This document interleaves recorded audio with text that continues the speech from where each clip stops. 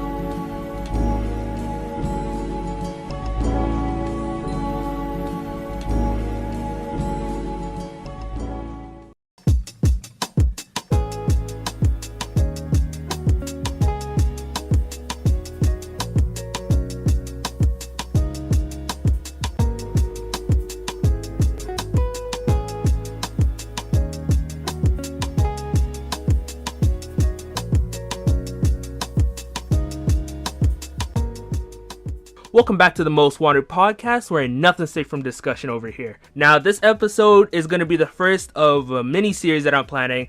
Actually, I would call it like a regular series that I have planned for this podcast called Project YYC.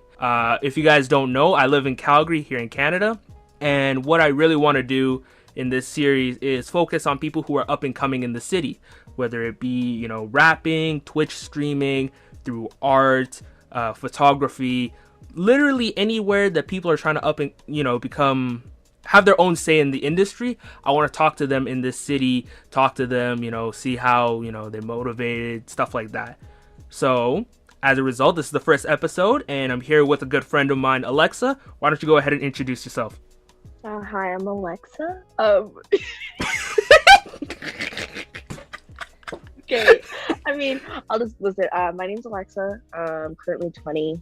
I'm working part-time at a thrift store, but I'm an artist. Currently, I do a lot of digital work, but, once in a while, I'll do traditional work.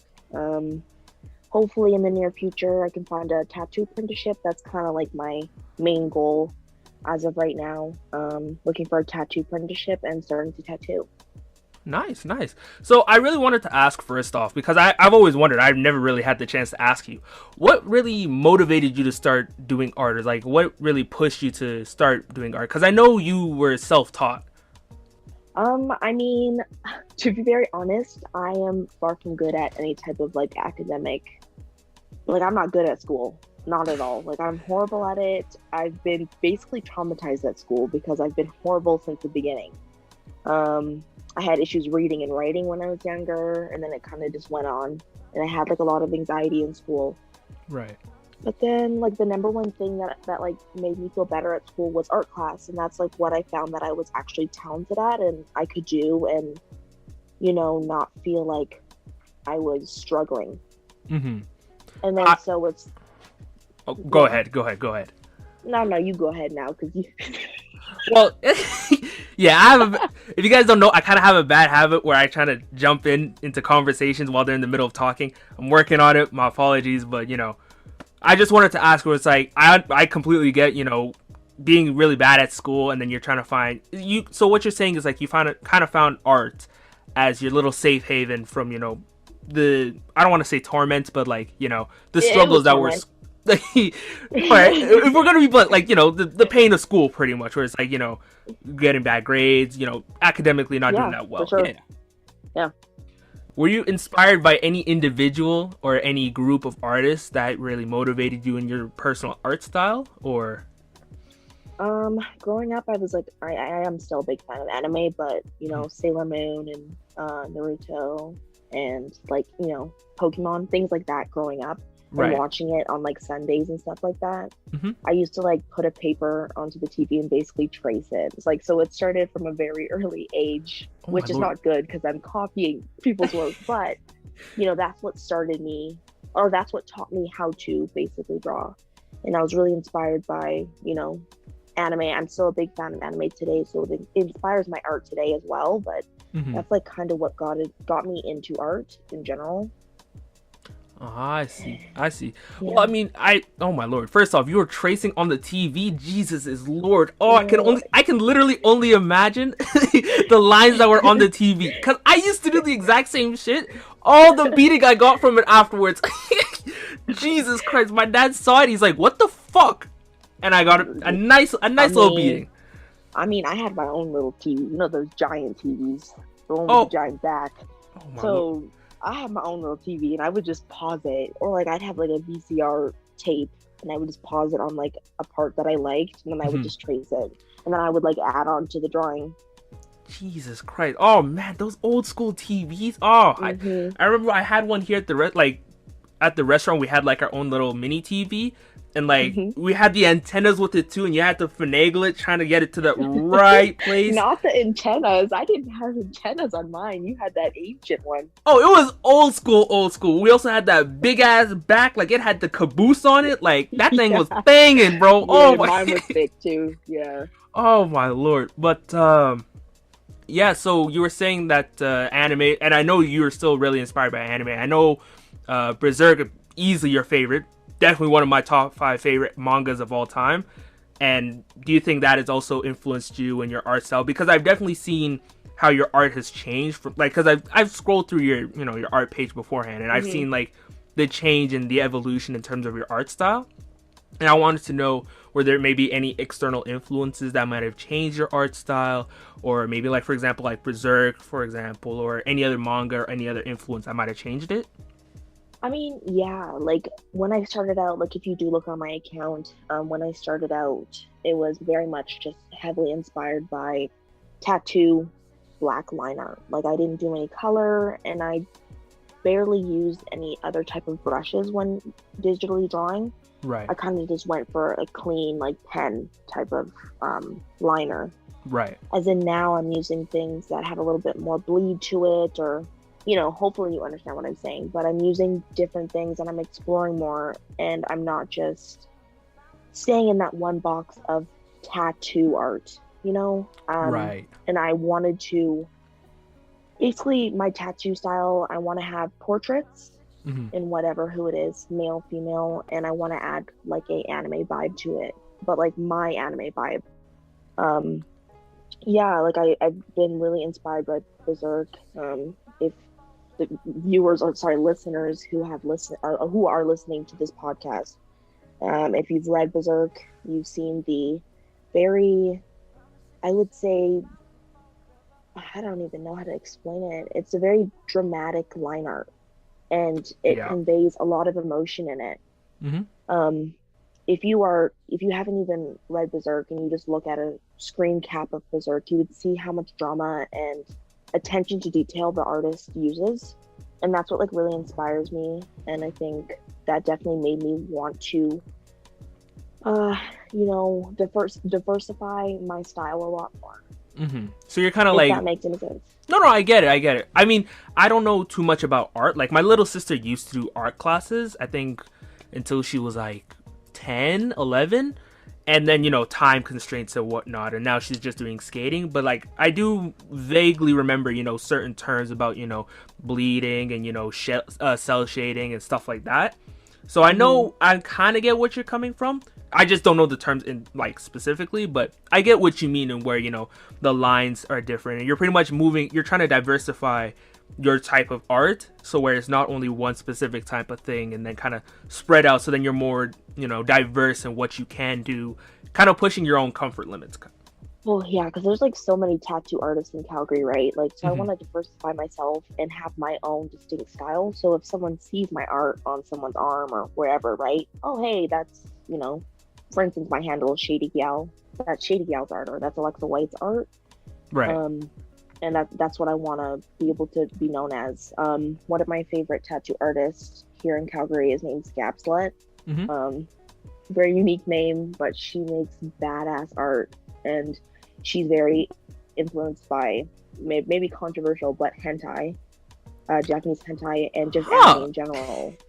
And her art, like, even if it isn't hentai, her art is just amazing and gorgeous. And I'm very inspired by her, especially. She's one of the artists that I'm very inspired by, and I love her work so much. She mixes old school Japanese art with current anime, which is, I think, really smart and different. Because not a whole lot of people are really using like that old school kind of anime style, like, you know, the 90s Berserk anime or that Yu Yu Hakusho type of anime art style, which is it was very common for its time, but it's not really common nowadays. And so when you see it most of the time, it's kind of viewed as like a unique kind of thing. And so that's why I would probably say that that's probably why that best of both worlds of the modern and the past blending together. That's probably, I haven't seen her work personally. You might as well send it to, like, I'll probably check it out after this recording, but like the way you're making it sound like it's like the perfect blend of, you know, the past and the present, possible future, you know, and the way anime is going forward. But yeah, that sounds dope. Yeah, she's even going from, like, you know, like Edo Japan days, like the art style then. Oh yeah, with, like, samurais and things like that. She uses that and she mixes it with anime, and yeah, her art style is just dreamy. I love it so much. That's fucking dope. Oh, before I go any further, I will put down Alexsa's her art page in the what's it called? The description for, you know, for audio listeners, and I'll also put it in the description box if you're listening on YouTube. So trust me, you'll be able to see her art. It's gorgeous, it's beautiful. Trust me, you guys will not regret going on her page. Support her all you can. Guaranteed. Love the plug. Of course, I got you. You know I got you. So, I know recently, you had an attack of epilepsy. You had a seizure attack, and if you don't mind me asking any further, how do you think that has ever affected you? Because I know you told me personally, but like, do you think that's affected you in your art style and how you had to handle it going forward? Because I know that you use digital art compared to, you know, old school, just by hand on paper kind of thing. Do you think that's really affected you by any chance? Yeah, it's affected me a lot in, I guess, a positive and a negative light. I thankfully don't have seizures anymore, but when I did have seizures, I actually lost like a lot of my memory when it came to many things, and especially my art. I basically had to like reteach myself many aspects of my own personal style. Thankfully, I'm kind of back at it, and the memory loss has kind of faded. Oh, thank you. But yeah, since I am a digital artist, I don't want to put myself in that box, but I do a lot of digital art on my free time. The blue rays from the tablet and also very bright colors, if I use them, I actually get physical symptoms, like I shake and I get like a massive headache and I stutter, things like that, which is really weird. And it's kind of made me appreciate art a lot more, and I can really appreciate kind of the process that I put into my work, because I have to, if I'm using bright colors, or, you know, if I'm using bright colors, I have to cut my art into increments.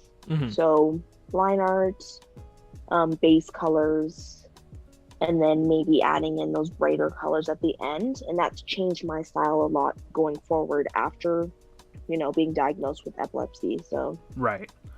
Did the doctors say that there would be any chance of future seizures? Because I'm just asking on a personal level, because I want to make sure you're okay, you know? Yeah, it was a very low percentage of me having seizures. I'm currently on medication, so thank God for that. Like, I don't have to worry about that. But yeah, I do have those symptoms. I can't play video games anymore, unfortunately. Like, even anime. Yeah, sometimes I struggle to watch anime and things like that because I could get really, really sick. I mean, I push it anyways. Like, I'll watch the weekly anime updates. Right. And if I get a headache, well, so be it. It's like, fuck it, it's worth it. Yeah, I just try to avoid that screen time during the day if I know I'm going to draw. So I'll put out 40 minutes to sketch, take an hour break, and then keep going if I want to continue working on it that day. Okay. So yeah, it's been a process. It's kind of made you appreciate what you used to be able to do, and kind of makes you appreciate how art is in general, like how art can diversify, can change per person based on any sort of event. And I don't really know how else to describe it, but like your art conveys your emotion. That's kind of what I feel, where it's like your art conveys who you are as a person, and where it can change over time. It can, go up, go down based off of, your emotional state. So it's really such a beautiful art form. And I know it definitely takes a lot of dedication and a lot of effort to push through, especially with your current conditions. And I gotta give you props for that, because a nigga like me, oh fuck, that's gonna be tough. That's gonna be tough, because I'm on my phone most of the time, right? And so if I have to limit myself like that, of course I can do it, but like it's just the difference on how I used to do it and how I have to do it nowadays. That gap and the learning curve, I would say. That's probably the hardest part about it. Yeah, it's rough. I mean, like I've been a gamer, right? I've been into anime and very, very much bright colors. It's technology, right? So it's a lot. It's different. I've had to, adapt and change my routine and my life quite drastically, but I do appreciate that I can still create art digitally and traditionally, and I think that it's made me a better artist now. I think it's kind of pushed me to want to create art more, if that makes sense. So, yeah, no, I get that. Where it's like it's usually your lowest points where you can go back to your safe havens, and then that's where you find the most motivation to push forward. Like I was going through, I'm just not to move away the topic of what you went through. No, not at all. But like back in, what was it now, September, October, my grandma passed away when she came here to Calgary, and that was probably one of the lowest points that I've had in my life. And what I found is, talking on the mic, like I'm not the most talented guy. I kind of view myself as like the jack of all trades but a master of none, but I always wanted to find that one specialty where I can truly master. I want to say master, but like truly feel like I fit in. You know what I mean? I mean, but that's admirable, because at the same time, like me, I can literally only do art. You know what I mean? You can do many things. You're very talented when it comes to podcasts. I think you're very talented when advertising things. You have your restaurant, you work there, and you're really good with talking to people.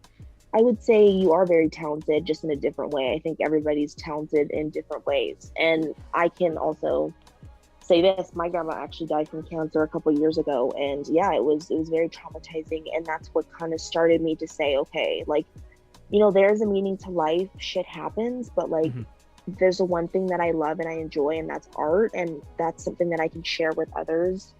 And I know that a lot of my friends and stuff enjoy my art, which I really appreciate, and it just makes me so happy. So sorry about your loss. I don't think I knew about that beforehand, but I want to say it now. But I'm sorry about your loss too.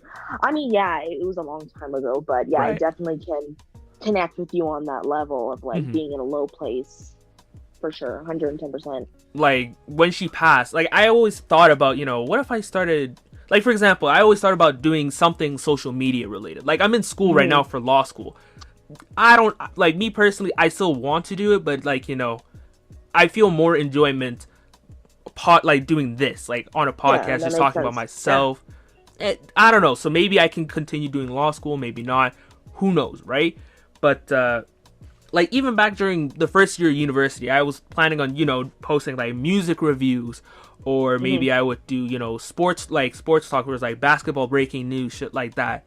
And then I thought about it for a while, and I was like, what if I do a podcast?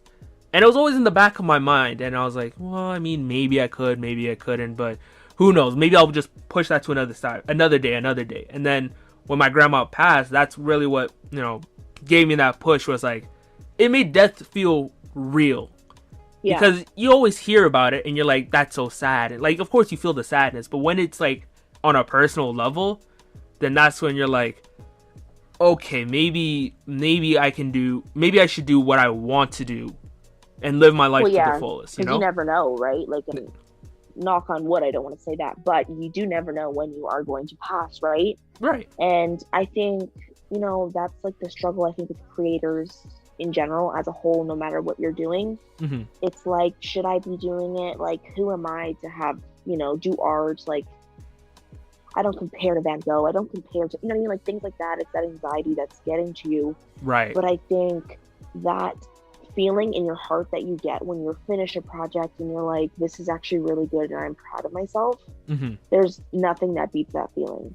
So, you know what I mean? To me, fame and like viewers and shit like that, it's really honestly, it's nothing to me. Like when it comes to that, I just love posting art and I like hearing people's thoughts about my art, if they like it, if there's things that they think that I could change. Like I just love talking to people about it. Mm-hmm. So yeah, I think that the podcast is like a great way to not only like relieve stress and shit like that, but you know, express yourself. And I think this podcast is really cool, and having me on here is really nice. Yeah, and having other creators in the future, right? Like I think that's just really a big deal. Right, yeah, that's really the whole point that I wanted to do Project YYC. Like the podcast itself, I always wanted, because I kind of view, okay, this is going to sound like I'm bragging about myself, but I hate talking about myself like this, but... No, brag away, honestly. No, this is your podcast, and you're a very humble guy. Like, I know if you're bragging, you're not meaning it in a rude way, so 110%. I want to hear it. Well, I mean, okay. Well, growing up, I was really like a shy kid, you know, where I really don't talk to people, you know, unless they're like a close friend group. I don't really interact with anyone outside of family or close friends. And to be honest, it was really the restaurant that kind of pushed me forward to, you know, be more socially interactable. Because, like, starting when I was 12, I started working at the restaurant, you know, just doing, you know, the kitchen shit, like, you know, just being a busboy, you know, cleaning dishes, cups, getting the cutlery all set up, but just mainly staying in the kitchen. But when I was 14, that's when my dad brought me out to the counter, and he said, okay, starting today, you're going to be talking with customers, you're going to be, you know, interacting with them, taking orders, you know, serving drinks, stuff like that. And I was like, I don't know about this one. He's like, shut up. He's like, nigga, shut up, you're doing this. I'm like, well, it is what it is there. But over time, being a waiter, in my opinion, has actually like really helped in terms of, you know, starting, you know, talking with people, starting up conversations. Like now, most of the time when I'm talking with customers, we're usually talking about, you know, COVID, we're talking about, you know, the economy, politics, we're talking about life. Literally, well, not all customers, but like most customers that are usually like easy to interact with, because there's always going to be those dickheads that come in, which for sure sucks ass, but you know, you take how it is. I mean, I work retail, so I know that feeling 110%. Sweet Jesus, I can only imagine how it is, because restaurants have it bad enough, but retail, sweet Jesus. Yeah. But going out, like in terms of working in the restaurant, has definitely helped with talking with other people, especially with people that I don't know. And that's the biggest hurdle about having a podcast, because you can only interview your friends for so long, right? Eventually you're gonna have to start branching out, diversifying your content. Otherwise you're just gonna be left in the mud, because podcasting nowadays, especially with the pandemic going on, it's like a huge thing, because it's simple to create, simple to start, and you can do it from home. And so there's so, like, every time I'm on my phone, like I see people on YouTube saying, oh yeah, we started a podcast. People on Twitter saying, yeah, you guys can start the new episode of our podcast. And I was like, oh shit. So this is actually like a cutthroat kind of competition. I'm not too sure how it is on the art scene, but like I would assume that it's similar in that sense. I would say in the tattoo scene 110%, because at the end of the day, people are just trying to make money. Like, even though you love art, it is competitive. It's a business first kind of thing. Yeah, you can't just go and say, hey, I'm a tattoo artist. You've got to gain respect from a shop, from a particular tattoo artist, and you've got to show your respect towards the artist that's teaching you by basically being the bitch at the shop. I'll say it that way. Basically. So like the intern kind of thing, like the lackey. Yeah, for sure. And you've got to clean up after everybody. You've got to do all that. As in art, I think it depends on, you know, who you're putting yourself around. Like, I have a art group, which is like mostly all Black creators on Instagram from like, you know, everywhere. Not even in just Canada. Yeah, and you know, we're all supportive, and it's never a competition. Like, I don't want to put myself in that situation where I'm ever competing. You know, like I have a best friend, Sophia, who's an amazing artist, and she's kind of just started making art again and gaining that confidence, which I'm really proud of her. But Her art is There's nice never as like, fuck too. Like no cap, oh, it's I actually know. nice. She's inspired by anime as well, and as Right. well as like video games and shit. And then her Mhm. art is traditional. She's extremely talented. Maybe Nahome will link her on the, wherever too. I was Plug planning her on as linking. well. I had a feeling she was gonna come up sooner or later, so like Yeah, I'll link her up. plug my girl Sophia. I got you. You know I got you.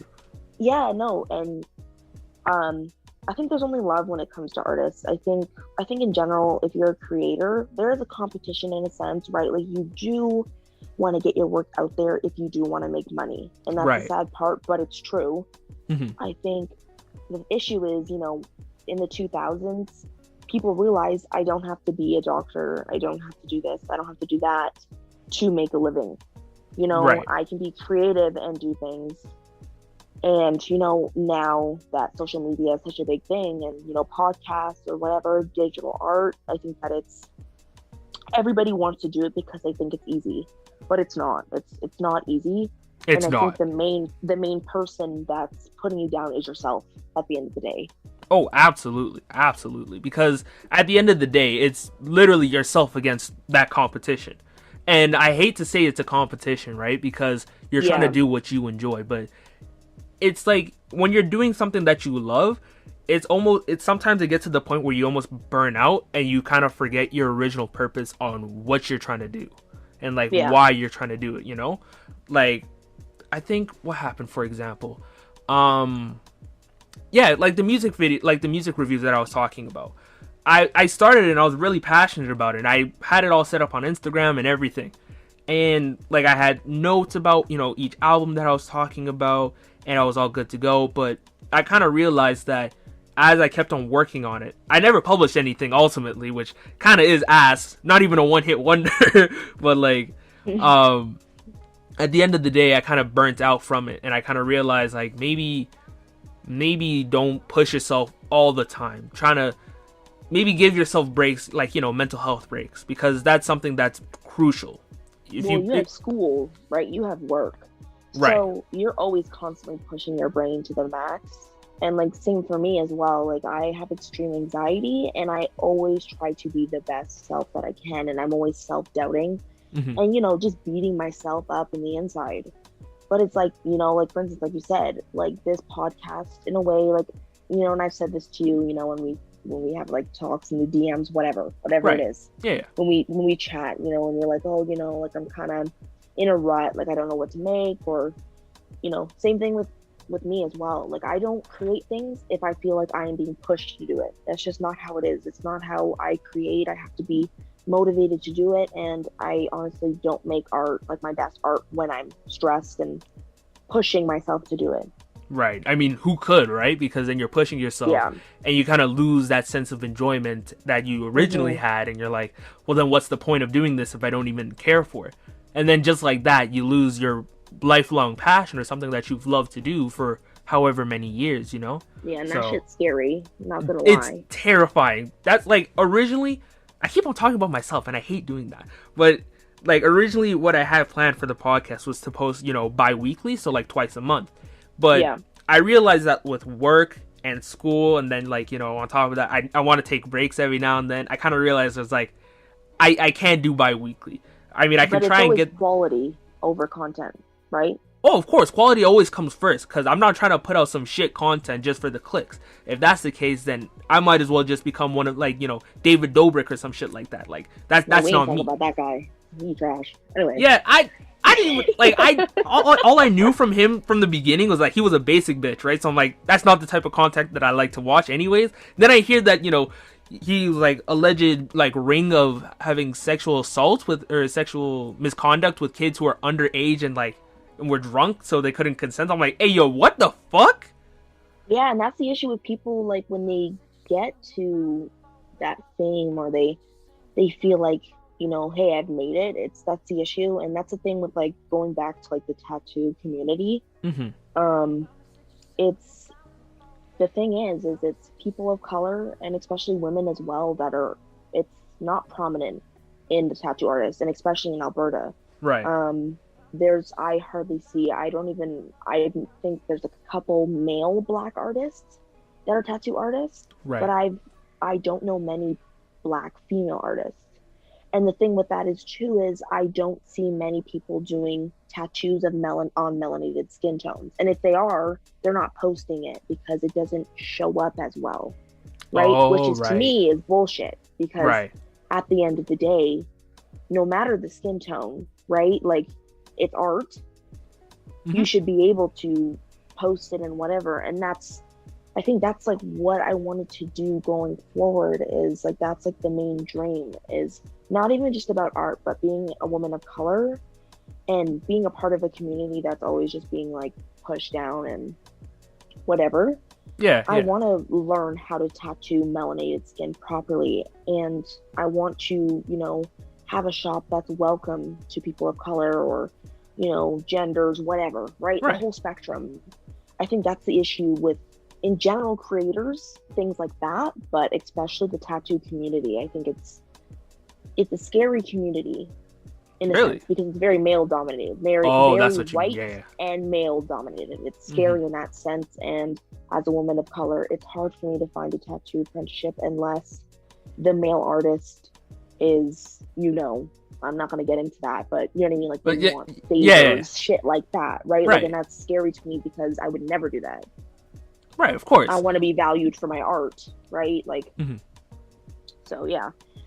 It's a difficult, you know, community, and that's like the thing. I love tattoos, but the people involved in it are really scary, and, you know, being in Alberta makes it even worse. Not gonna lie. Fucking hate Alberta. Like, I swear to Jesus, I'm sick and tired of this province. Yeah, like, on everything, I'm moving to Vancouver. Like, that place is beautiful. I'm tired of this stupid ass country ass redneck province. I'm tired. I'm actually sick and tired. Why Vancouver? Vancouver's nice as hell. Okay, well, first, like, Vancouver, me and my family, we used to go there all the time for, like, family vacations. And it's just somewhere that I've always remembered growing up. I've never lived there, of course. I'm just saying, like, growing up, I go there in the summer, and it's always been beautiful. It's sunny, it's nice, it's really relaxing. There's actual shit to do rather than in Calgary. Okay, yeah. And so I'm like, 100%. And I love the ocean. And so I'm like, okay, well, maybe I'm a little bit scared about the ocean after, like, a rafting incident that I'm pretty sure I talked to you about one time. No, I don't like the sea. Well, you know what? I don't blame you. And I heard something where it's like most black people don't know how to. Well, like, it's a stereotype. But, like, I heard that there was a reason behind it, but I don't remember the exact reason. You were gonna say that. You're foul for that. Listen, and the thing is, most black people, like, mixed, like, for instance, like, Caribbeans. You know what I mean? Like, I'm Jamaican. They surrounded by water. You know what I mean? That's an island. You would think that most of the people in Caribbean islands would be able to swim. And swim well. Yeah, considering, I don't know, maybe it's just because they're scared. Like, I can swim, but I'm terrified of the ocean. Right. The things that live in the ocean, unreal. Not knowing what's in the bottom of the ocean, unreal. Yeah, that shit kind of scary. Now that you're mentioning it, hey, maybe I'm gonna take a little bit more hesitation when I get into the water next time. Well, that's what I'm saying. You say aliens are in space. What if they're in the water? What if there's things in the water that of course there is, but things that are intelligent but just don't come up. You know what I'm saying? I think about these things all the time in my room. Bro, nah, you're not even capping, bro. Like, I think there was research that showed that, like, we've only discovered 5% of what's in the ocean. I'm like, my nigga, what?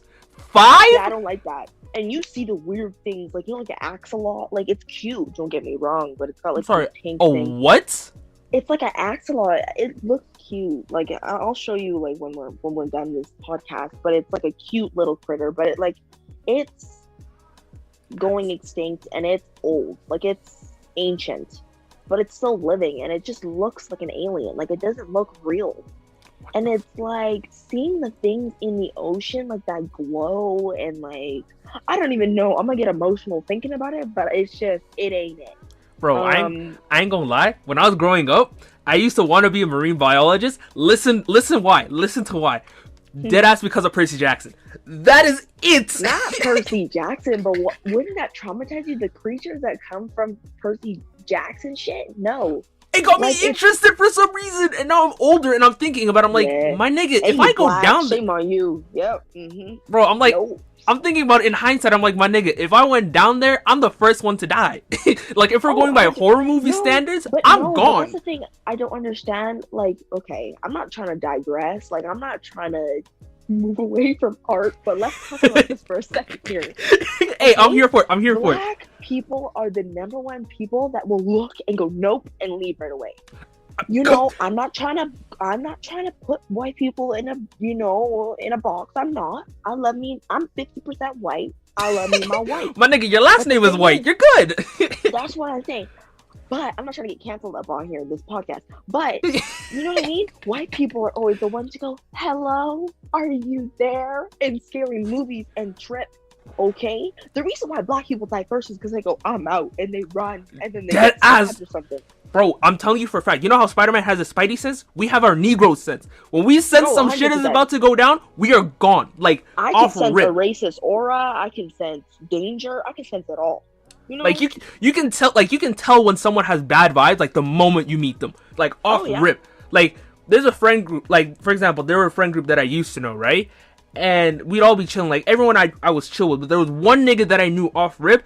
I was like, I don't want to fuck with you, bro. Yeah, I'm like, I just don't fuck with you, bro. It's not like he's a bad guy or he was a bad guy. It's just like, I just don't fuck with you like that.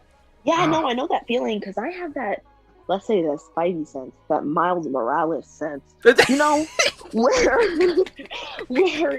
you know, like, you just meet someone and you go, like, this person is just like me, or this person is just not it. Like, hey, they just like me for real. Yeah, like, you know, like, you meet a nigga, like a boy, and right away they go, you know, and they try to talk to you, and they only want to talk to you because you know, right? Like, right, yeah. Now you wouldn't know that because you're not interested in men, but you know what I'm saying? Right. Like, they just be talking to you, not even to know you, but just wanting to, you know. They're trying to know you. Yes, they trying to know. They trying to know every crevice. So I'm saying, like, yo, what? Every crevice? Motherfucker said Grand Canyon? Yo, relax. No, that's what I'm saying. So the issue is, you know what I'm saying? I don't even know. We digressing. We going far from the subject, but at least we're not stuttering no more. Oh yeah, you right, bro. To all the listeners here, we were bro. yo, I ain't gonna cap, bro. The first 5 to 10 minutes, I was down terrible with starting this podcast. I was like, yo, how the fuck am I trying to start this shit, bro? Oh my lord.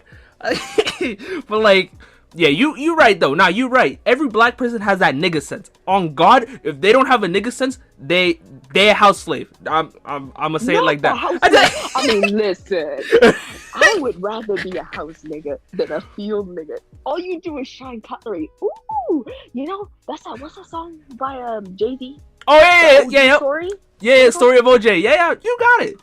Yeah, that song motherfucking fire. But I'd rather shine cutlery because, you know, most of the women and like the light-skinned women, they be shining cutlery. And to be honest, I mean, they did get sexually assaulted by the house massa, but wait, why are you saying but? You're like, well, hold on, listen to, you're like, but wait. Listen, would you rather be whipped and be picking cotton in the heat all day, or would you rather be in a AC, you know, in AC, my nigga, this is the 1800s. The fuck you mean? Only okay, AC was the motherfucking window. You open it or you close it. They not in the sun. You know what I'm saying? And you got like a nice dress on, whatever. You serving people food. The worst you gotta worry about is maybe getting in trouble later on. But overall, you know, you might get a treat. You might get a favor from Massa. You know, this reminded me of the You know the episode of the Boondocks where it was like Catcher Freeman? Bro.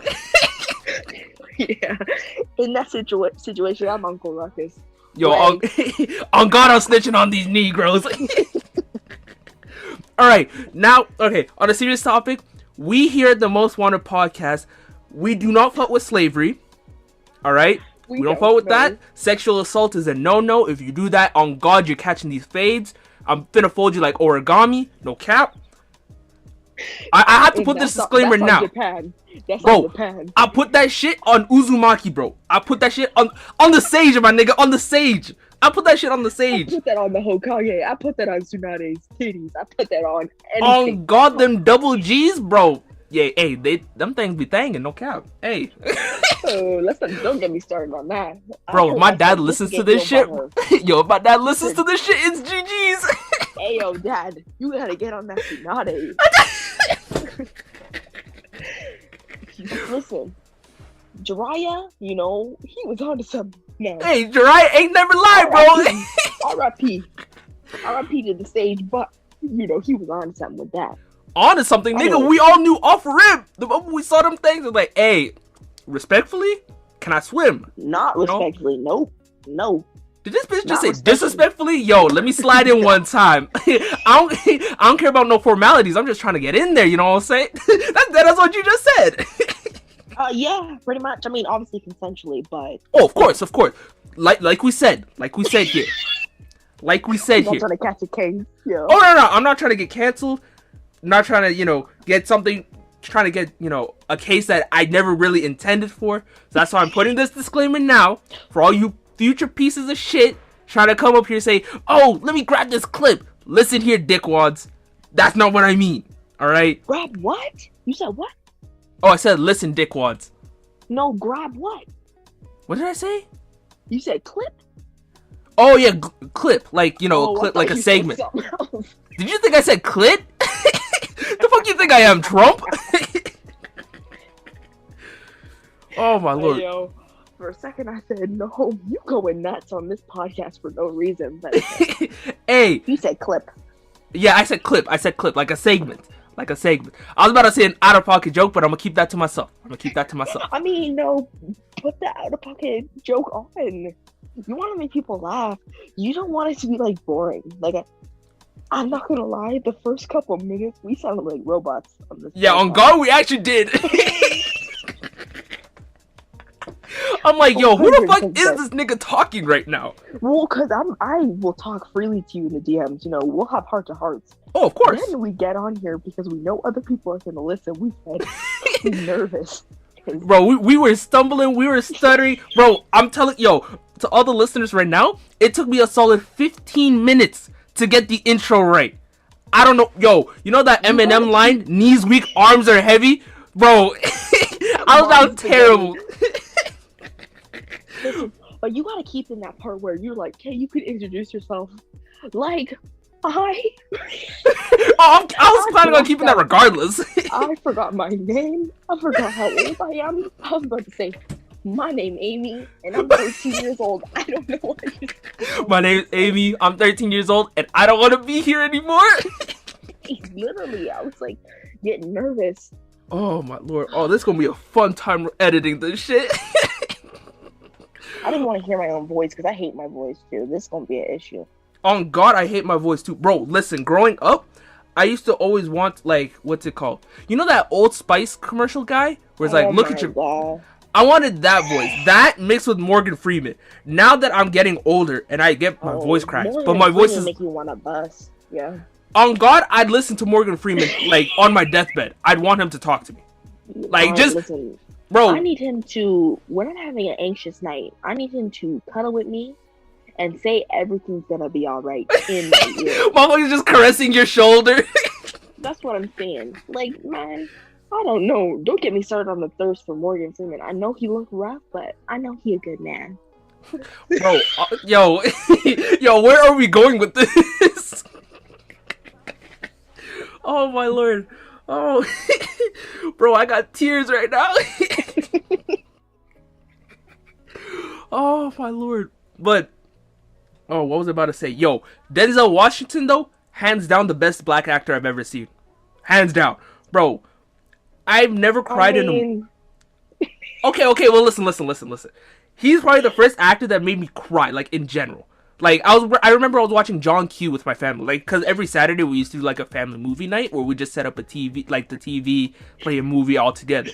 And I remember we were watching John Q, and I'm like, oh, Oh, this shit hurting. Oh, my heart hurts. Oh, is them you know that meme where it's like, is them tears, bro? Bro, that's actually what I was like. Yo, what the fuck? Oh my god. Yeah, Oh no. Who's the best black actor? You know, what's his name? The one that died from cancer. My I mean, nigga you're not the Chadwick best Boseman? My nigga! Wakanda forever. Yeah, literally. Throw down your... I think I can low-key do a nice accent of it. Throw down your weapons. And we can handle this another way. Yes, we handle it different way. Oh, of course. Here in Wakanda here. It's like low-key got a little bit of Nigerian in there. Like you can hear it. Like a little bit. Oh, man. Wow. We went way out of topic. But like... Oh, I remember what I wanted to say. And just to remind everyone, we're sober. Yeah. This is straight up literally a our normal conversation. This is how a normal conversation goes between us. Like, if y'all don't know how we interact with each other, it's like this. Literally, like, forget the first 5 minutes of this podcast. That's pretty much us. Yeah, I sounded like a teacher in the beginning. On God, I sounded like, you know, what's it called? I forgot the joke. Oh, I fucked up. Oh, well, it is what it is. But, like, I actually sounded like an android, bro. Android 16, that's the nigga. Oh, that shit was pissing me off. Wait. Oh, never mind. Dragon Ball. Now you good. You got it. No, I was gonna say, ain't that a girl? But no. Hey, That's 18. Android 18, respectfully. Oh, listen, no, Respectfully? I'm about to smash. I'm about to bust looking at her. That's succulent. Listen, Bulma's my number one, but and Piccolo. Oh Lord, don't get me started on him. Yo, Piccolo's a he nigga. Green. I know he green, but he the OG. He a dad. You know what I mean? He raised up Goku. Listen, let's not get started Goku? on You that. mean Gohan, my nigga? Oh, sorry, Gohan. Listen, Piccolo. Yo, that epilepsy hitting different, huh? You made me listen, Piccolo. Listen, you just got me hot and flustered now thinking about Piccolo. I don't even know. As a kid looking at him, I said, I know he green, but sheesh. One girl said, "It's like, hey, I know he green, but that thing thangin'." Oh my lord. Oh, what the? What was I talking about again? Oh. Right. Okay. Art. You can't put that in. You can't Art. put that in. Oh, we're keeping all of this in. You know I'm keeping this in. This is hilarious. Oh I'm what? lacking. Bro, we're both down terrible right now. We were literally caught simping over 2D fictional characters. And I'm about to leave this in. Right now. Why are we talking about art right now? Why aren't we not talking about technically, if we're talking about anime, we're technically referencing about art. So therefore, we're still on subject the entire time. No, you're reaching. We aren't. My We're talking nigga, about I'm trying to help the both of us here. yeah. Anyways, yeah. So about art. Yes. Right. Okay. So, bro, now my mind is elsewhere, right? Yeah. Thinking about. Oh, let me not say it. Anyway. Yo, stop. But like, in terms of what we were talking about, like way earlier, in terms of like David Dobrik and Fame, cause wow, we went far with this shit. This is gonna be a hell of a time pulling an all-nighter to finish this recording. Oh my. Yeah, and I don't apologize at all. I'm speaking with my full chest. Bro. This is Alexsa. If you don't know me, I'm strange. Bro, I ain't gonna lie. When I first met you, I was low-key like a little intimidated, just cause like I'm dead at, like, listen, I've never met a person like you before. Like in terms of like a girl being bold and shit like that. Of course, I met people who are bold like that in general, but like not like you. And I was like, oh shit, okay. Cause normally I like when I first meet people, I'm like really shy and like I get to know them first, Yeah, and then I have to. in the beginning. I was, because I needed to establish like boundaries in terms of jokes, and then you were like, yeah, there's no filter in this place, my nigga. I'm like, word, say no more. We said, let's talk about World War II. We said, bro, we literally went from talking about, yeah, so how was your day? It was good to, hey, but did you see 18 though the other day? Shit, you know I've been seeing that shit. Oh, yeah. But respectfully. Not respectfully. I'm about to throw it down. I have to say respectfully. I'm not trying to get canceled. I mean, technically she animated, and you're not even touching, My Hero Academia people. So, Bro, 'cause that My Hero fandom stands is pedophiles, toxic. pedophiles. Bro, they're actual weirdos. Actual weirdos. Oh my, you know what? I think I touched about it. I think I touched the topic like the last episode. But fuck My Hero stands, bro. They're actually toxic as shit. And I think they like they actually threatened. Listen, they threatened the translator over like, you know how like the manga is originally in Japanese and it gets translated in English. They got mad over the scan translation over the official translation being different. Literally one line, and they were sending death threats. I'm like, my nigga, what is wrong with you? What is actually wrong with people with Attack on Titan and Mappa, man? Yeah, I actually hate Attack on Titan stands in general. Like, keep in mind, I'm an Attack on Titan stan. I'll admit it. I hate myself low key. But at the same time, like, you have to realize that they're still working in a pandemic, right? I mean, you're not even an Attack on Titan stan. You're a multi-fandom. Yeah, I'm in multiple places. I'm Mr. International. So you cool like me. You know what I'm saying? Yeah. Like, you know when people only stay on one anime and only like one anime? You do water for that. Yeah, they're actually dog water for that. Like, diversify. Like, listen, for example, I used to only be like shonen only, right? And then I found out about like I think you were the one that told me about Vinland Saga, and then I heard about Vagabond. Oh my, Vagabond, in my opinion, is the best manga I've ever read. Berserk is in my top 3, but Vagabond literally changed my life. I don't want to say changed my life, but like it changed my outlook on life. That shit hit me. It made you a whole different nigga. Oh, listen, I'm gonna say this right now since I'm open. You can edit this out if you. I got you. But listen, I'll be honest. I'm gonna air myself out in 14K right now. Okay. Alright, say less. You can't even just say anime. No, as an artist, I'm really inspired by hentai. I'm gonna say this right now, and I may be weird for that, but as a avid hentai watcher, I'm not even capping. I watch it not even just for the. Anyway, why you sniff like you're Tyrone Biggums? Like, hey. Listen, the art style. Now, some of them dusty, crusty. But there are many. I could give you sauce. I could give you a list of just gorgeous, and more so manga, not like the animated ones, like manga. Right. Beautiful, and gorgeous, and really highly underrated because it is not safe for work. Right. Which I get it. It's not everybody's, cup of coffee, cup of tea, whatever. I get it. But as an artist, I respect all art. You know what I mean? Yeah, of course. You always have to it ain't even in just for the wank thing. You know what I'm saying? It's for.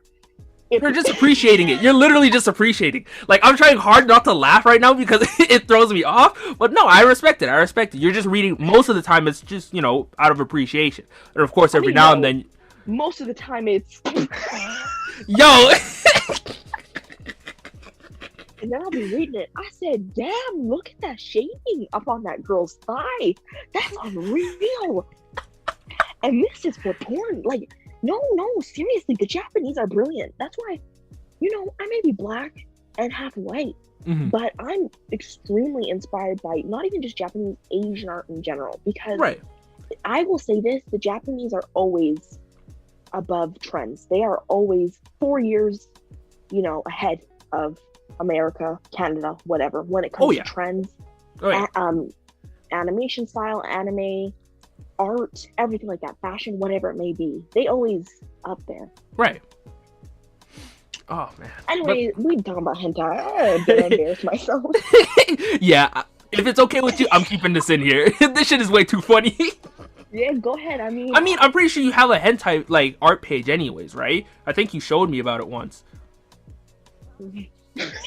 Like, no, like, as in you make, like, Yes. Yeah, that's what I meant. That's what I meant. I know. It's just embarrassing when you say it. Well, yeah, it's because it's like, it's not really, it's kind of seen as, like, taboo, where it's like, yeah, it's not something that people would normally talk about, like, in a regular conversation, right? That's why here, nothing is safe, so therefore, you're good. You're good. I mean, I was gonna talk about it regardless, even if you had to bleep out my speech. I don't care. Like, oh man, that is me as a person. I'm very open. I like to talk about anything. I'll talk about the depressing shit, and I'll talk about the most funniest shit. You know, But Yeah, no, respectfully. of course. Keep in mind, like I've said multiple times now, I literally have to put this disclaimer because I know you forget to sometimes. We here at well, you say yourself, like, you told me yourself, like, yeah, I've said some out-of-pocket shit in public, and then Rathane would be like, yo, what the fuck? And you'd be like, oh, shit. I mean, okay, yeah, but, like, I'm not saying it right. Okay, yeah, true. Like, anyways, what I'll say is, continuing, regular broadcasting. Hello, I'd like to say this as a person. Sexual assault? No. Racism? No. Anything like that is just non-consensual or bad? No. We don't do those things around here. We don't fuck with that. We don't fuck with that. No, I was gonna say something weird. You're about to. I know what you were about to say. I know what you were about to say. Dry, and I meant like I'll beat you up, but that don't sound right. Anyways, on God, I'm folding them like it's like they're clothes during spring cleaning. On God. Oh yeah, 110%. But like going back to what else, like for Vagabond, for example, like for example, like reading Vagabond, the emotions that are conveyed through the main character and the side characters, that can only be done so far with the wording, where the art itself has to be the main focus of it. And Vagabond, Vinland Saga, like later on, like for example in the Farmland arc, in the Baltic Sea arc, oh my, I'm literally in the middle of rereading Vinland Saga. I just got well, actually I'm not gonna spoil, but like the farm arc, like just at the end of it, where Leif came in. Yeah. Oh my, the emotion that are conveyed. Like, listen, I'll say this too. As an artist, I appreciate art, but like, let's talk about Attack on Titan manga, for instance. Yeah. Now, yes, he has definitely improved, and he is a young artist for sure when it comes to like being a manga creator. And I love the storyline, whatever. I'm not going to get into it because Attack on Titan stands toxic. But the art style to me is doo-doo.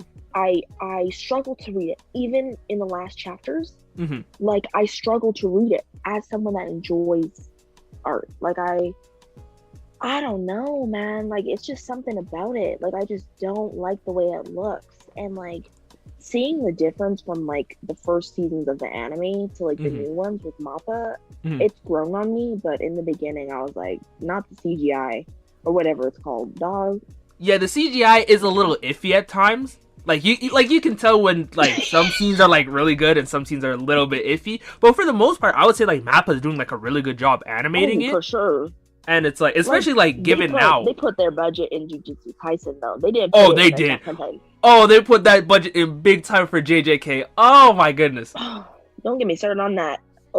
You know what? Respectfully, we're gonna move past it because Lord knows how long that convo is gonna be. All I'm gonna say is shout out to Nanami.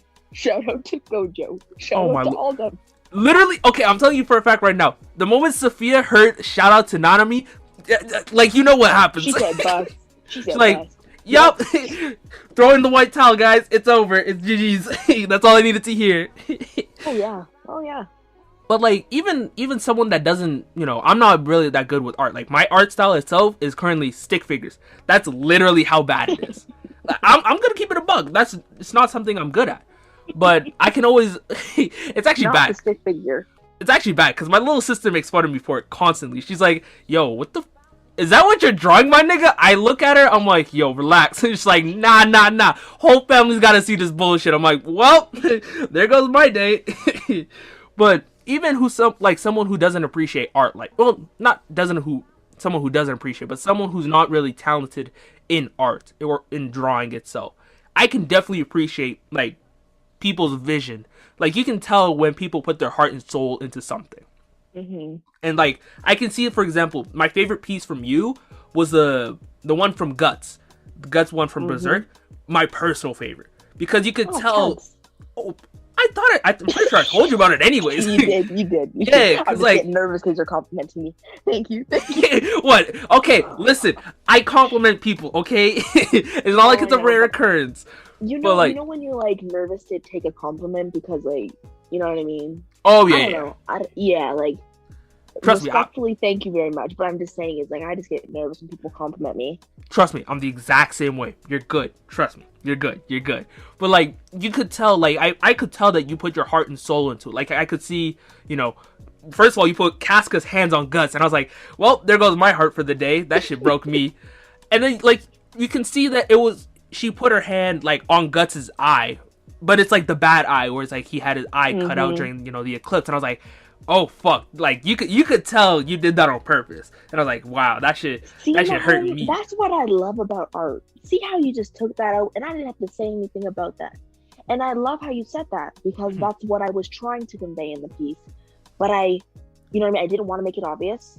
Some people who don't read, just sees that someone is caressing someone and they're sad. Right. But Casca, as a character, she is basically Guts' safe space for a lot of the part, like in the manga. And you know what I mean? He's going through so much struggle because he loves her and because he's protecting the people that he loves in general. Right. And I think that, like, a little bit of symbolism can be be pushed away and be like, okay, whatever, this is a nice piece. But since you saw that, man, I respect you. Thank you very much, because that makes my heart full that you noticed that. Yeah, of course. I mean, like, normally when I view something, I always try and look for, like, I don't want to say the hidden meaning, but, like, there's always something more to something that you see. There's always something more at face value. Naturally, I'm a really curious person, so I'd always be asking, what's going on? Why this? Or, like, how is this going along? So that's why I always kind of see, okay, maybe there's, like, another angle to this. Maybe there's another perspective that, the person who is creating the art is trying to convey. And, like, you could tell, like, like, he was tired, and, like, Casca putting his hand there was, like, he was happy, but, like, it was a bittersweet moment, because he knew, like, it's just, like, it just wasn't the same ever since, that specific event, especially because, like, talk about that, because that shit traumatized me. Again, sexual assault, right? Bro, no. We don't do that around here. I made the mistake of reading Berserk at nighttime. And listen, when it comes to horror stuff, I can't handle a whole lot of horror. Like, jump scares and shit, I can't handle. Like, in movies, I can't. But no. I'm pretty sure you haven't watched, like, the animated movies, right? I've seen clips. Okay. I've seen clips. But seeing it animated really hurt me bad. Oh, fuck. Because I've been planning on watching the 90s anime series, because that one I've heard is, like, the best, what's it called? The best adaptation for it. I don't know, because I've heard that the most recent ones are, like, the best adaptation. The most recent ones are kind of doo-doo. Yeah, that's what I was about to get to. Because I'm a whore for Berserk, I had to watch it. All of it. You're like, everything. Fuck it. Yeah. Oh. But anyways, regardless of that, yeah. And, like, yeah, going along with, like, art itself in general, like, you can tell with the transition between, manga, where it's, like, just still panels, and, like, actually seeing it animated, you can tell that it adds, like, a whole other level of, what's it called? Layers to it, like, a whole another level. Well, that's the thing, too, and that's crazy that you say that, because the thing is, for me, is, for instance, Vagabond, Berserk, I don't even need an anime. Like, that's why, to me, like, it's nice to have an anime, but when it's just the way manga has done something to, like, the art scene, and anime has done something to the art scene in general. Right. And it's so underrated, because the art that is put into manga, in most mangas, are, like, unreal. Like, the line work and things like that, like, looking at it as, like, an artist, and I think most readers in general can see it. I think seeing how the artist, you can see the strokes of the pen. You can see, for instance, like, let's say Guts is angry. You can see there's a difference in, like, the variance of sizes in the lines. You know what I mean? As in, normally, maybe when he's with Casca, the lines are softer, which conveys that he is in a happy space, right? And he's calm. Like, things like that are so little and subtle, and you don't really notice it. If, like, you're just reading it for the storyline itself, but as, like, an artist especially, and I'm sure most people, like you, obviously notice it too, but well, it's like it's like, for me, for example, like, when I read through for the first time, I don't know, I kind of have a bad habit of, like, zooming through, and, like, I don't ever stop to appreciate, the art itself, which I kind of started to do with Vagabond, because that shit literally literally took my breath away, because I was like, wow. There was one panel in particular where Musashi was like, he looked up to the sky, where it's like, my potential is limitless. It's as big as the sky itself. And I saw that, and I was like, wow. I need to like, and ever since then, I've been planning on rereading manga that I've probably like zoomed past through. So like, I'm probably planning on reading through Berserk. Like, of course, I stop with Berserk every now and then to like, you know, obviously look at the art itself. But like, it was never the same way. But like, and that's kind of the problem with it, because not necessarily the problem with manga itself, but like my personal problem where I'm only interested in like the words first off, because I'm a very plot driven person where it's like I want to know what happens next. I want to know. Oh, for sure. Me as well. Sometimes, for sure, 110%. Yeah. So it's like sometimes I kind of forget to like stop and smell the roses, kind of thing. If that makes sense. Yeah, but it's like, you know, the thing is like there's a storyline and you're reading it, but the thing about it is, and what's crazy is, if you are looking at the art and you are getting more emotion, and there's other little hints and things in there that, you know, you might miss. Like, even like teasers, like in My Hero Academia manga, there was like a little bit of Chainsaw Man in the back. He was in the back. Like, the characters were in the very back. Right. And it was basically just saying, you know, hey, you know, little hint there that Chainsaw Man is going somewhere. When it comes to things like that, like there's little hints here and there that I really appreciate as an artist. And if you like are a person like me, sometimes I don't like reading the artist's notes, like the manga artist's notes, but like they'll leave notes. Oh yeah. Yeah. Like I've seen that, for example, like with One Piece. I see. Like earlier he used to do that. Oda used to do that in the manga volumes, but now he does it in its own separate thing called an SBS, where it's like a whole bunch of notes about shit. Fans ask him questions and he tries to answer and shit like that. And it's really similar to that regard, where I usually like kind of skim through the author's notes, but every now and then I kind of read through just out of curiosity, just like what is their process of, you know, making the art? Because I've always been a curious person on like how people do it, why people do it. You know, well, what methodology? One Piece.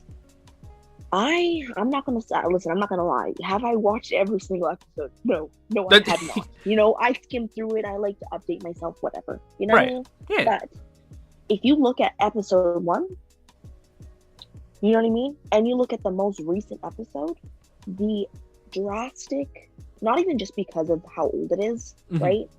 The drastic difference in art style.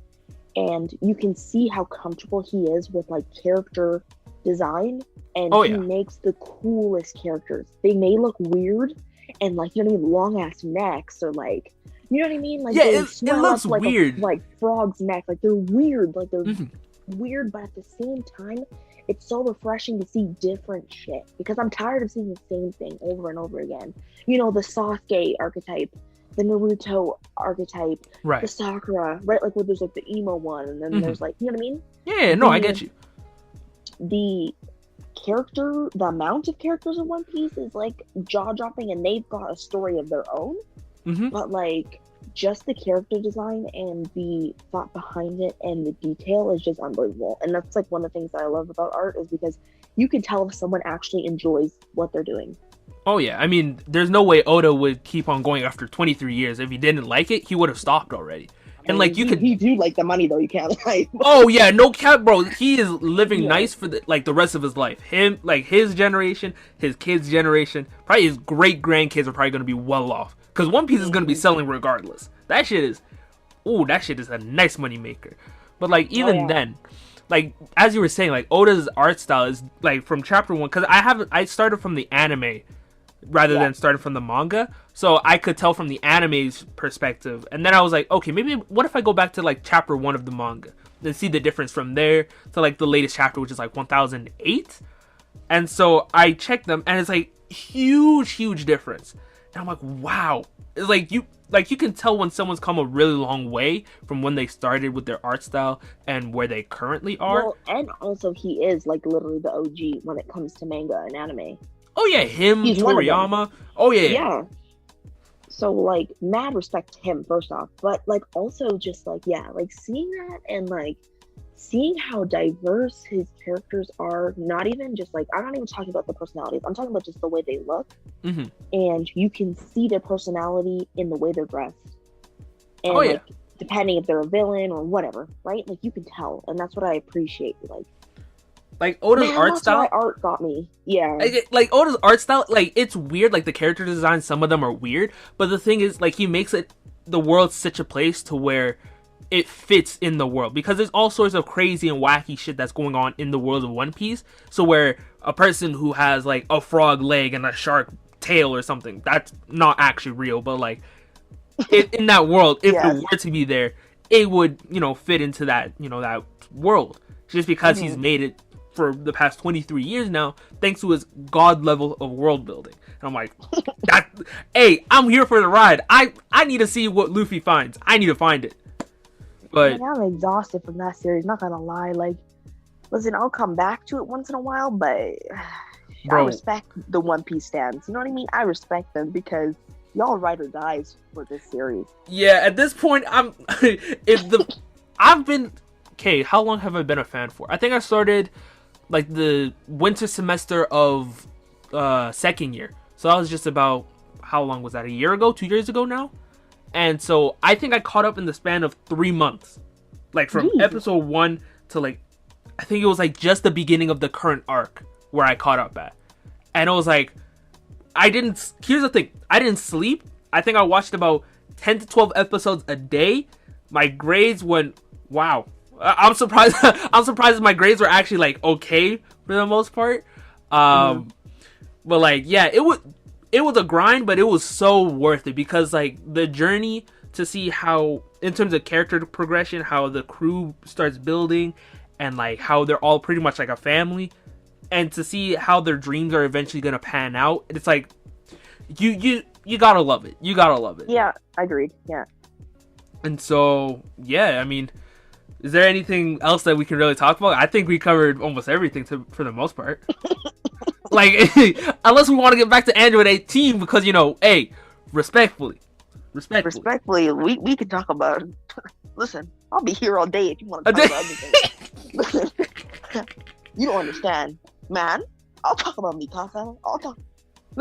I'll talk about Armin right now. Listen. Bro, yo, I was so caught off guard by that episode where Armin was looking like that. I'm like, hey, yo, why Armin looking at me like that, bro? Hey, yo, you better relax. Yeah, he kind of making you change. Hey, not making. Hey, I wouldn't say change. I'm not saying change. I'm just saying, hey, my nigga, you looking cold as a bitch. No cap. Respectfully. That's the blackest way to say it. Hey, yo, you looking cold as a bitch. No, hey. Oh my god.